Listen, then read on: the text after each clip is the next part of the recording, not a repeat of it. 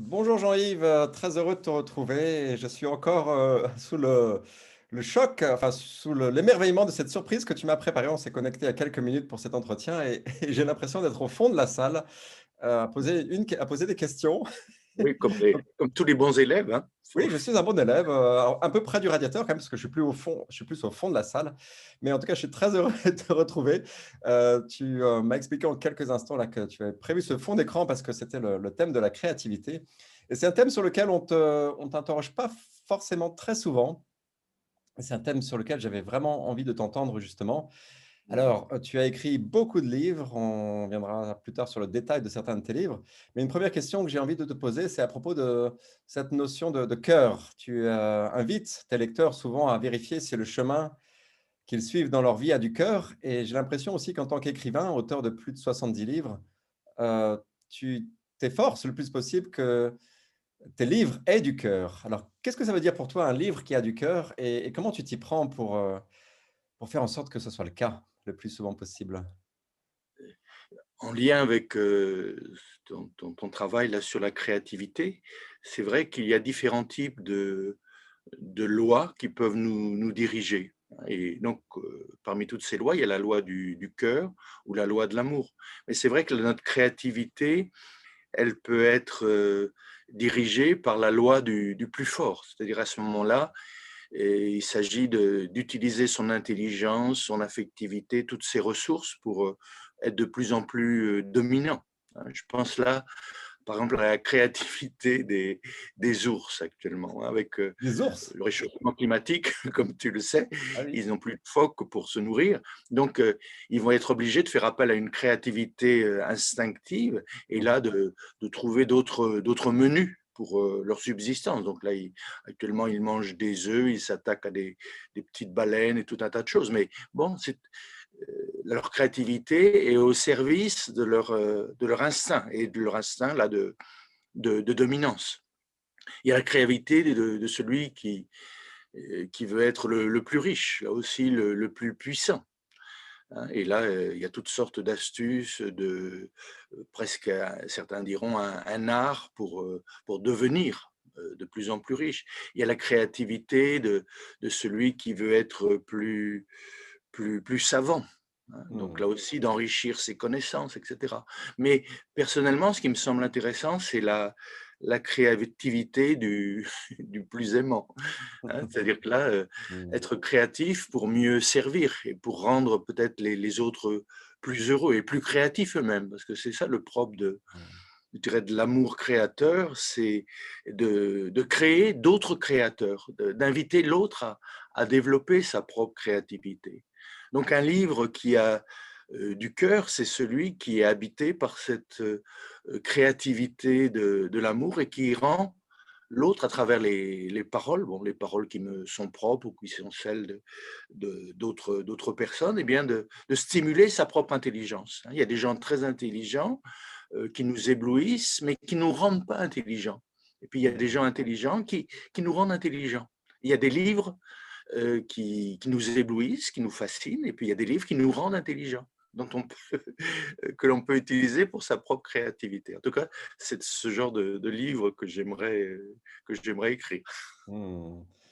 Et alors du coup, j'avais une question sur quelle préparation intérieure tu mets en place, avant d'écrire? Parce que tu as partagé une fois avec moi que l'écriture n'était pas très facile comme processus. Le travail d'écriture n'était pas, sans effort.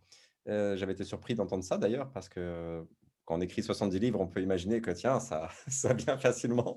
Voilà, donc quelle est ta est-ce que tu as une préparation particulière, intérieure avant de te mettre à écrire? Donc, comme tu le dis, il n'y a pas de livre sans effort, mais il n'y a pas de livre non plus sans grâce. C'est Mmh. vrai que l'inspiration, c'est un cadeau, hein, qu'il s'agit de cultiver, de développer, mais à l'origine, c'est quelque chose qui est donné.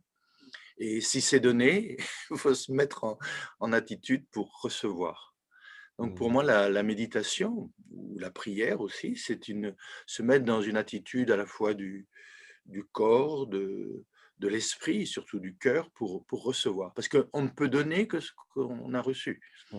La créativité que l'on peut donner, que l'on peut partager, il faut d'abord peut-être apprendre à la recevoir. Donc, c'est vrai que pour moi, c'est très important, c'est avant d'écrire ou avant de faire quoi que ce soit d'ailleurs, de prendre un temps de silence, de méditation, hein, parce que la parole naît du silence et retourne au silence, hein. C'est le silence qui est important. Et la parole, la valeur d'une parole, c'est le silence qu'elle contient, c'est le silence qu'elle fait Mmh. vibrer. D'où l'importance de se mettre en connexion, hein, avec cet espace de silence, de paix, hein, où la vie se donne, hein, revenir à cette source. Et ça, concrètement, bon, il faut donner du temps, pas seulement au temps, il faut donner du temps à ce qu'il y a d'éternel et de plus précieux, revenir à cette source de l'inspiration. Mmh. Revenir à cette source et alors ce qui m'a passionné dans ton parcours, d'homme, c'est que tu es théologien, philosophe et tu es aussi père de famille, tu as 2 enfants, tu as contribué à la création d'écoles au Brésil, d'une communauté, tu es un contemplatif, mais aussi un homme d'action. Est-ce que il y a des moments dans ta vie où, justement pris par l'action, tu as perdu, en partie la connexion à cette source et ou en tout cas, tu as traversé une période d'aridité en termes de créativité? Si oui, qu'est-ce que tu as fait? Là, tu viens de faire le lien, hein, qui me semble très important entre la créativité et la paternité, hein. Mmh mh. Je crois être père, justement, c'est vouloir le bonheur de son enfant de différentes façons et ça fait appel à une grande créativité. Là, Mmh. un père, c'est c'est un créateur. En fait, tu en sais quelque chose, il faut de l'imagination, puis il faut de la présence, faut du don de soi-même de différentes façons. Donc, c'est vrai qu'il s'agit de rester en connexion avec ce cœur de père ou de mère, bien sûr, hein, Mmh. qui qui cherche vraiment, le meilleur pour l'autre et à ce moment-là, quand on est dans cet état d'esprit-là, effectivement, on est inspiré, hein. C'est pour ça le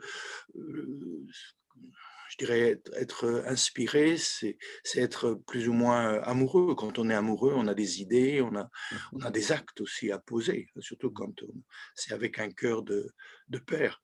Donc c'est vrai que les moments, où ça va plus, où il y a plus d'inspiration, c'est que je me suis éloigné de mon propre cœur, de ma source d'inspiration, de ma source aussi de bonté peut-être, hein. Et ça, c'est des moments, bon, que je connais bien aussi, c'est des moments de fatigue, tu sais, Mmh.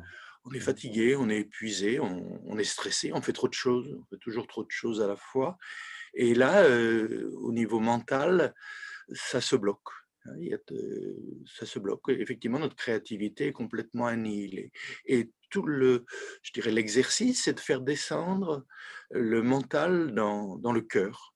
Ça, Mmh. c'est une grande pratique d'ailleurs qu'on trouve chez les anciens moines, hein, que j'ai reçus là aussi au Mont Athos, faire descendre le mental dans le cœur. C'est-à-dire, mettre un petit peu de silence dans le mental pour, laisser parler et laisser agir le cœur, hein. Mais bon, comme à tout le monde, un père peut être fatigué, il peut être dépressif ou désespéré, hein, parce que des fois on a l'impression que ce qu'on dit, que ce qu'on fait, ça sert à pas grand-chose. Mais, revenir au cœur de notre cœur, à cette générosité, foncière, fondamentale, hein, qui va nous donner. Bon, alors c'est là qu'on on dirait que c'est la grâce ou c'est l'inspiration, tout d'un coup, du fond de cette bonté, de cette générosité retrouvée, eh bien, on va trouver les paroles justes, les actes justes ou le non-acte juste, hein. C'est-à-dire là, on se rend compte que finalement l'attitude juste, c'est de ne rien faire quelquefois, simplement d'être là et d'écouter. Ça aussi, il y a des silences, tout à fait créateurs, il y a une façon d'être présent tout à fait créatrice, hein. Bon, ça aussi, tu le sais, avec les personnes en fin de vie, quelquefois, il y a rien à faire. Il y a même rien à dire, parce que tout ce qu'on peut dire peut blesser et être mal interprété, mais il y a simplement à être et accepter son impuissance. Hein. Mmh. C'est mystérieux, mais à ce moment-là, c'est notre impuissance qui devient créatrice. En psychanalyse, Mmh. c'est intéressant, c'est notre non-savoir, le fait d'accepter qu'on ne sait pas ce qu'est l'autre.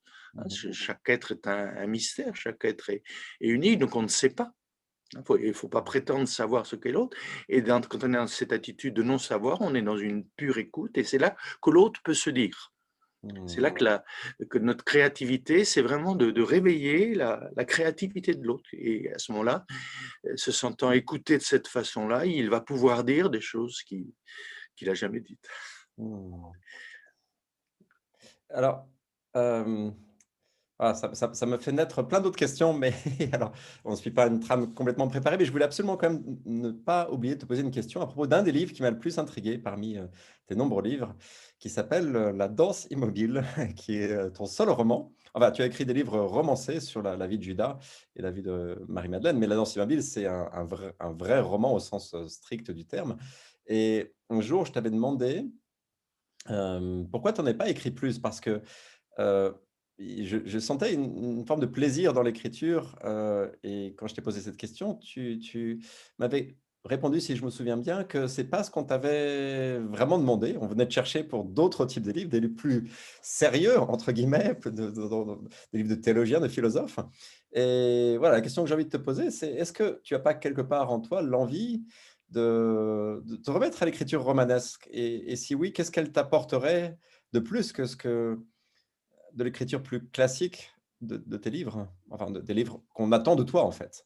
Mmh. Oui, tu as complètement raison. C'est-à-dire, je réponds à des attentes, à des demandes, et les demandes, bon, s'adressent plutôt aux théologiens ou aux philosophes, plutôt qu'aux aux poètes ou à celui qui aimerait écrire effectivement des romans. Mais je crois que le fond de ma pensée est plutôt d'ordre poétique, hein, même Mmh. si c'est un genre littéraire et qui, et qui ne se vend pas très bien.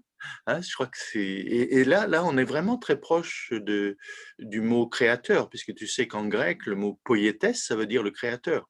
Hein, au livre de la Genèse, par exemple, on dit que Dieu est le poète du ciel et de la terre, hein, donc le créateur. Donc, retrouver en nous le poète, c'est-à-dire celui qui aime la beauté, qui aime l'amour, l'harmonie, qui essaye de discerner un petit peu ce qu'il y a de meilleur en tous les êtres, hein, on appelle aussi la philocalie. Ça, c'est vrai que c'est quelque chose que j'aimerais bien développer. Et là, tu parlais de l'assise et de la danse. Hein. Le titre originel, c'était ça. Pour moi, c'était une façon de tenir ensemble les deux choses importantes, c'est le mouvement et l'immobilité, c'est-à-dire la vie qui est les deux. Et je trouve on le décrit mieux que par des discours philosophiques, dans des situations, hein, où on met en scène des êtres qui se cherchent, qui se trouvent, qui se perdent. C'est un peu le langage aussi du cantique des cantiques. Donc c'est vrai que j'aimerais bien, euh, oui, j'allais dire revenir à ce style-là où l'imaginaire a sa place, parce que l'imagination créatrice, c'est ça aussi qui fait vivre le monde. Et aujourd'hui, peut-être qu'on manque un petit peu d'imagination, parce que pour trouver des issues je dirais, aux situations dans lesquelles on se trouve, il faut de l'imagination. Il ne faut pas simplement de la science, de la pensée, faut de l'imagination. Et là, la fonction des poètes, des romanciers ou des chanteurs, hein, est importante, hein, pour, euh, pour avancer, pour en sortir, hein. Je crois qu'actuellement, c'est vrai que les personnes qui nous aident peut-être à vivre, c'est pas toujours ces discours un peu doctoral, médical, mais c'est certains humoristes, certains chanteurs qui effectivement mettent en scène un peu peut-être même notre désespoir, les difficultés dans lesquelles nous vivons, pour, je dirais, pour les faire chanter, et donc pour sortir, hein, du marasme dans lequel on peut être. Enfin, ça a été la fonction des hommes de théâtre, de tous les artistes au cours des siècles, hein. Et c'est vrai que personnellement, j'aimerais bien appartenir aussi à cette lignée-là. Mmh.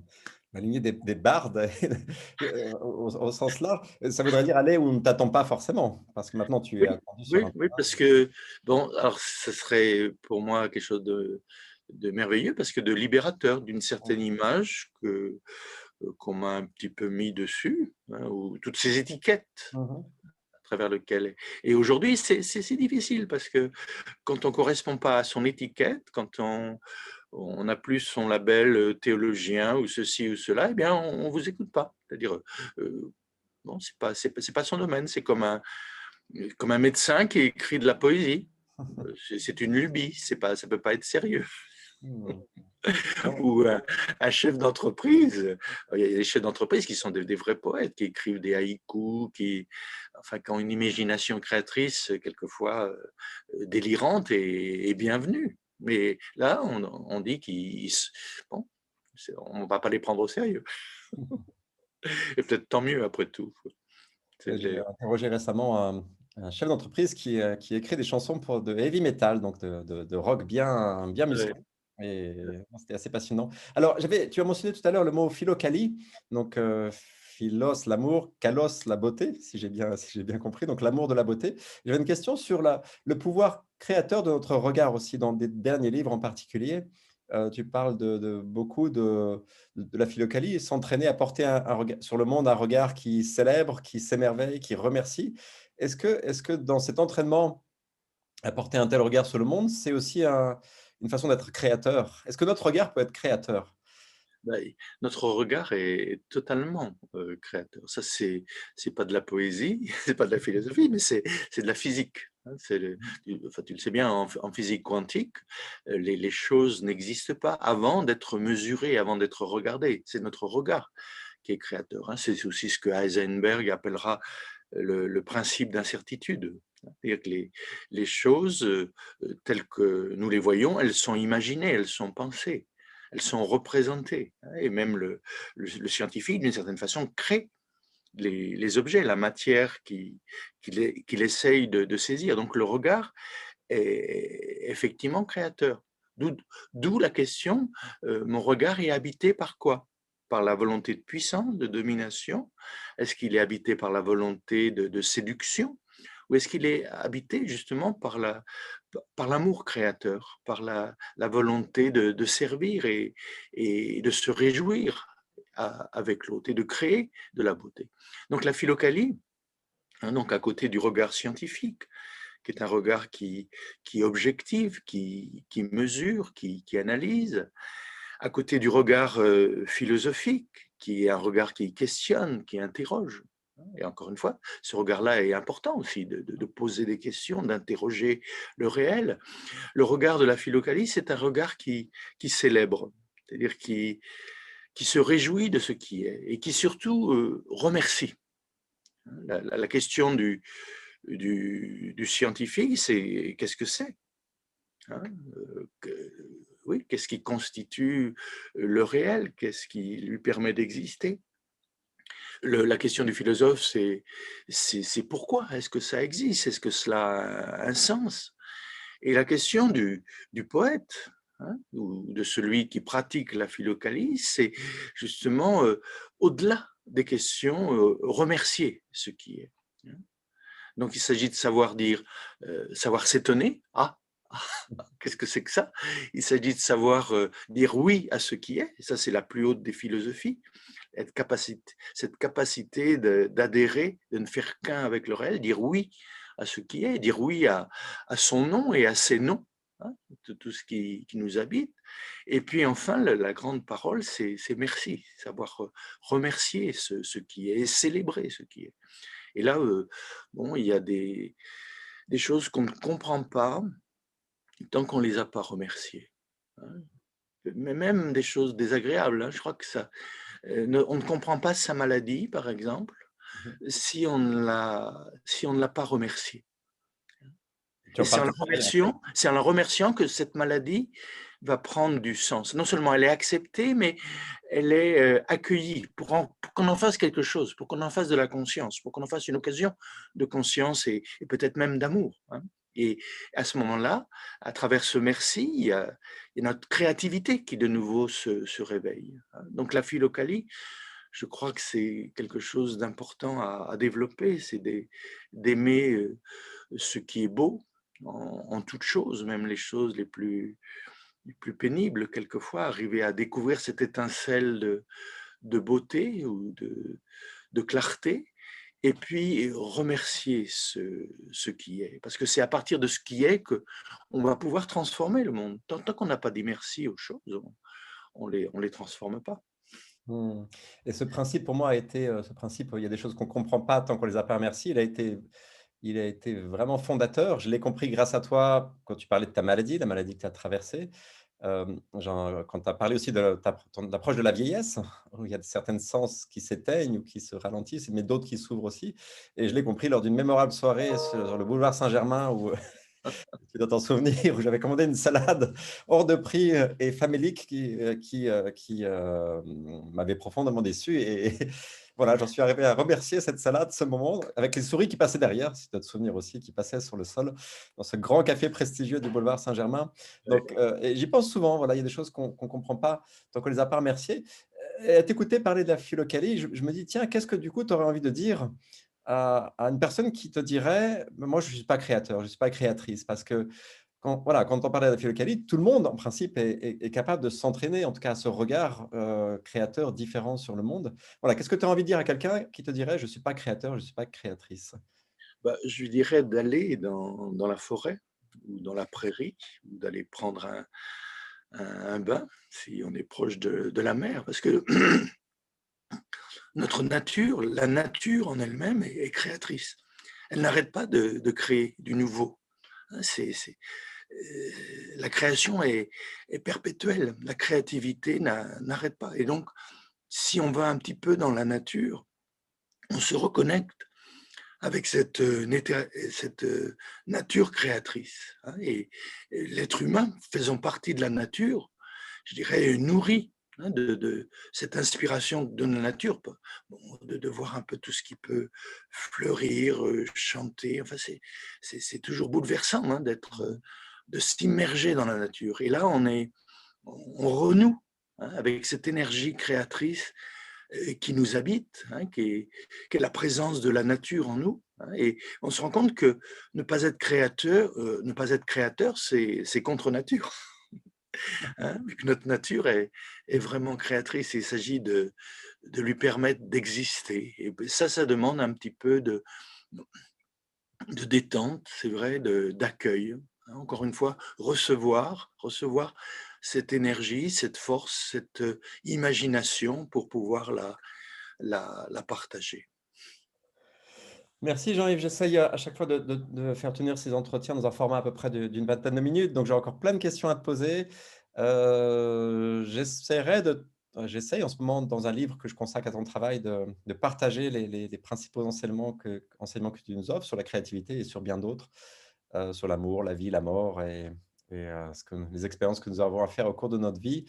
Merci pour cet entretien. Une fois de plus, ça a prouvé que pour moi, la sagesse peut être combinée avec la légèreté, la profondeur avec la légèreté, avec le pétillement et aussi le côté un peu farceur. Je te revois sur ton écran de cinéma. C'était, une petite farce à laquelle au début j'ai dit, «Ah non, mais on va pas utiliser ça» et donc j'ai été, contraint par toi avec l'effet de surprise à célébrer, remercier, à dire: «Ah oui» et finalement je trouve ça vraiment très bien. Donc voilà, vive le côté, farceur de la sagesse aussi et est-ce que, ouais, est-ce que tu avais envie de dire quelque chose pour terminer? À te dire merci. C'était un beau moment agréable à partager ensemble et que beaucoup en profitent. Ouais et dans le petit texte qui accompagnera cette vidéo, je parlerai aussi des livres, qui, parmi ceux que tu as écrits m'ont marqué, que je conseille particulièrement. Donc, il y aura d'autres façons aussi d'approfondir la découverte de ton travail. Merci beaucoup Jean-Yves et Merci à très Sébastien. bientôt. À bientôt. Les lumières s'éteignent dans le cinéma.